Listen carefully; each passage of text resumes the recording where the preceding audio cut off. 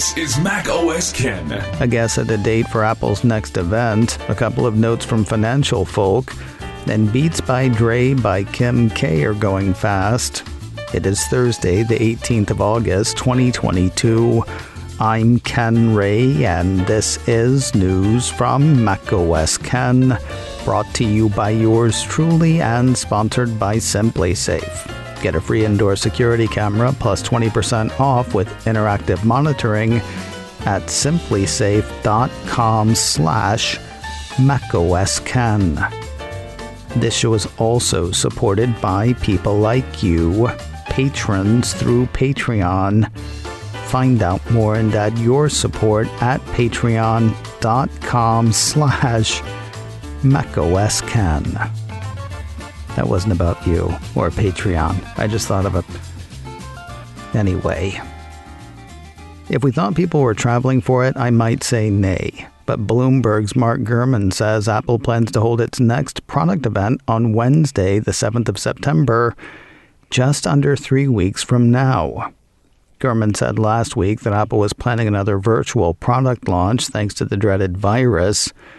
Now, Mac Rumors has Gurm saying the event on the 7th is when Apple will announce iPhone 14 and Apple Watch Series 8, with other watch models anticipated as well.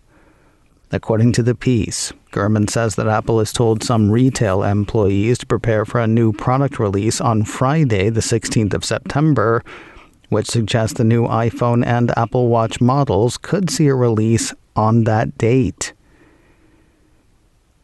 Sure, I guess. I mean, why not? I guess. We'll see what happens. Word today on the new Apple price target from Credit Suisse analyst Shannon Cross. I told you yesterday of the former Indy's new post and of her over $200 price target for the shares. Now Barron's has Cross listing 4 big reasons for her high price target. They include Apple's 1.8 billion device installed base, their stickiness, and the willingness of device owners to slide easily into Apple services. There are the high profit margins for Apple's growing services segment. There are the not quite as high, but still really high profit margins for the rest of Apple's business. And finally, there's Apple's money. With about $192 billion in cash, Apple can do whatever it wants to drive returns. From returning cash to shareholders, to spending big on research and development, to spending big on acquisitions. Cross initiated her Apple coverage for Credit Suisse with an overweight rating.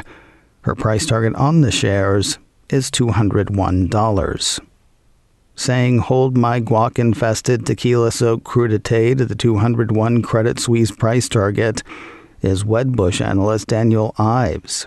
Apple 3.0 had the Wedbullish analyst upping his price target on Apple shares Wednesday after months at $200.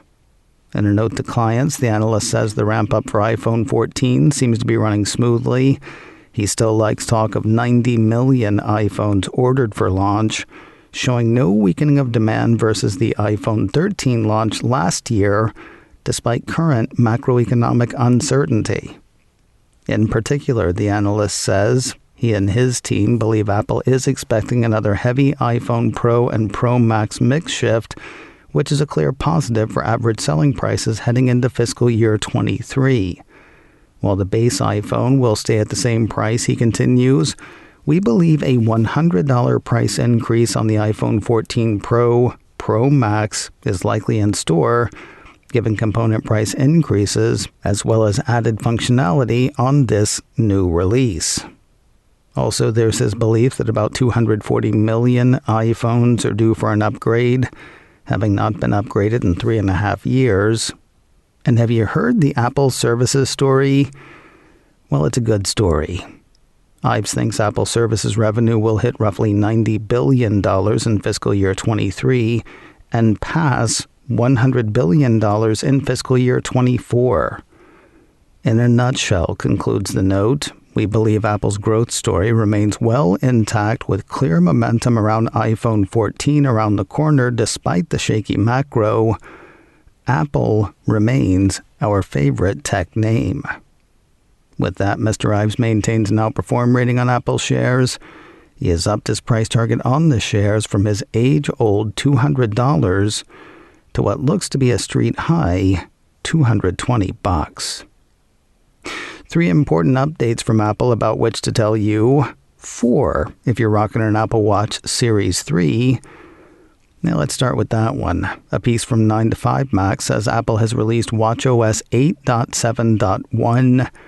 This one is made specifically for the Series 3 chronometer. That's because it does one thing only. Fixes a bug that could cause the Apple Watch Series 3 to reboot unexpectedly for some users. Mostly users using an Apple Watch Series 3.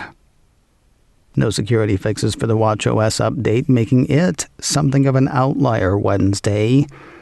The other 3 updates from Apple were entirely security-focused.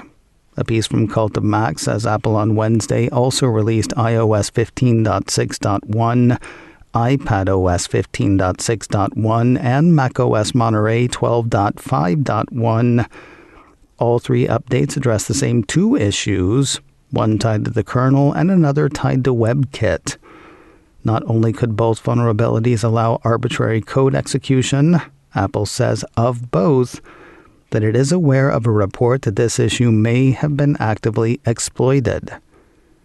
So apparently no proof that they're in the wild, but talk that they may well be. The updates are all free and easy. At least they have been for me. Each is available in settings on a given machine, watchOS not included. That one still hits through the Watch app on an associated iPhone. More news in a moment, but first a word from SimpliSafe, the right way to protect your home and sponsor of today's show.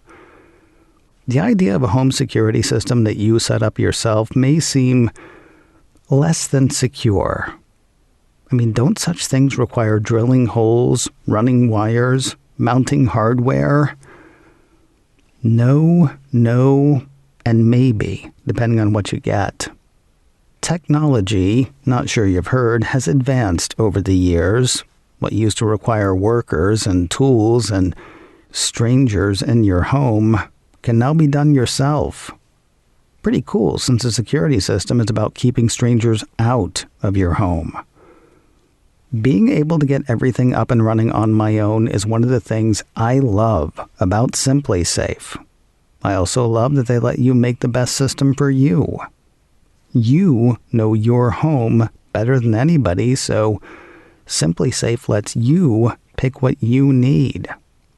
Now at the other end is round-the-clock monitoring.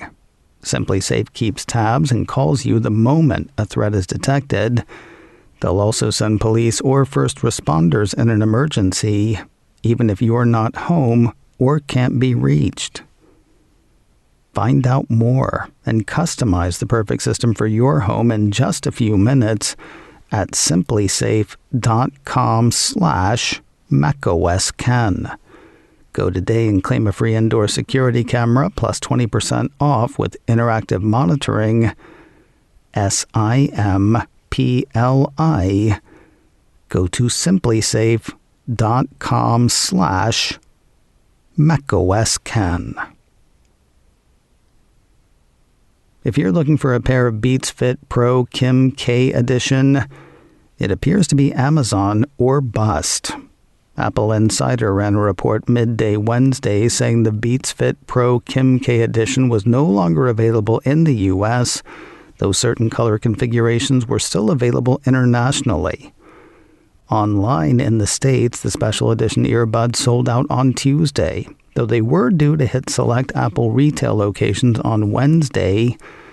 While it's possible that some U.S. stores will have stock on hand, the piece says officially Apple is saying that in-store pickup is no longer available. The Apple Insider piece said Wednesday that the stoppers were still available through Amazon. Checking Wednesday night, Thursday morning, I was surprised to find that, still available. The lighter color Moon and darker colored Earth both showed next-day delivery. The mid-tone Dune pair showed delivery on Sunday. Curious to see how long they'll stay in stock. Some Apple services are about to be taxed in Chicago, though it's unclear who will pay it. A piece from 9 to 5 Mac says the Cupertino company will start paying tax on a few of its streaming subscriptions in the Windy City beginning next month. According to the piece, the tax for streaming services in Chicago was actually a reinterpretation of a previous tax program that already established a city tax on tickets for recreational activities and concerts that are delivered electronically. The latest change to the tax program took effect in 2015. Other companies like Netflix and Spotify were also affected. Apple and other streamers had sued to fight the tax, so they backed off that. The fear seems to have been if they lost, other cities would follow suit, citing Chicago's victory as precedent for taxes of their own. So Apple settled and agreed to start paying the tax. 9 to 5 Mac says Apple services set to be taxed include Apple Music, Apple TV Plus, and Apple Arcade. Apple News Plus will not be subject to the tax, according to the report. According to local Chicago regulations, the piece says streaming video, music, and gaming services are required to pay a 9% municipal tax. While Apple will pay, 9 to 5 Mac says it is unknown whether the company will pass the tax on to consumers. And finally today, witness the power of a good movie trailer. When Apple TV Plus announced the film The Greatest Beer Run Ever, I really couldn't have cared less. Though based on a true story, the whole idea seemed a bit whimsical, maybe. A piece from Apple Insider explains, The Greatest Beer Run Ever tells the true story of Chick Donahue, who left his home in New York in 1967 to bring beer to his friends serving in Vietnam.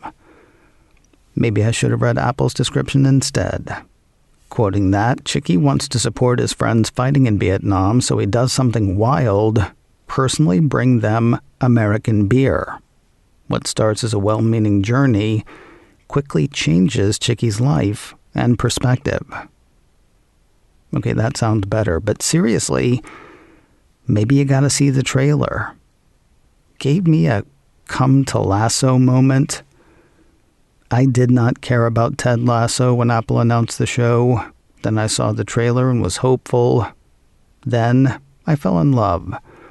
Like critics and award givers and almost anybody else who's watched the series. We're Richmond till we die. Back now to the beer run. Zac Efron and Russell Crowe star with what looks like a small role for Bill Murray.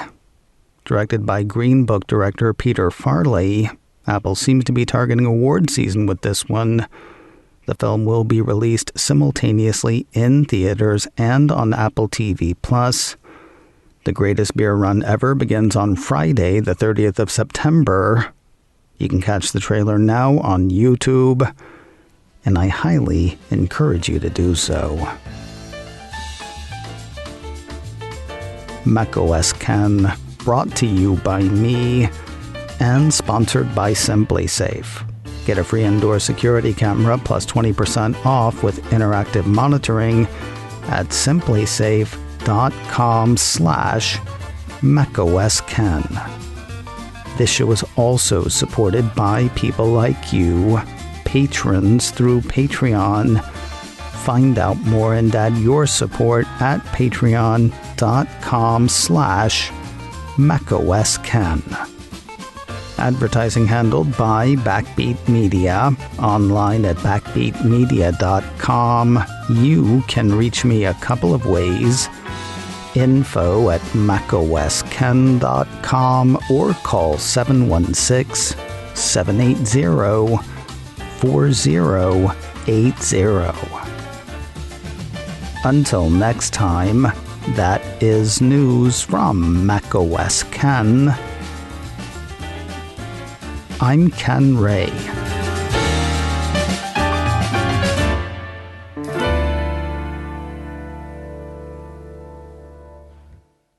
Ciao.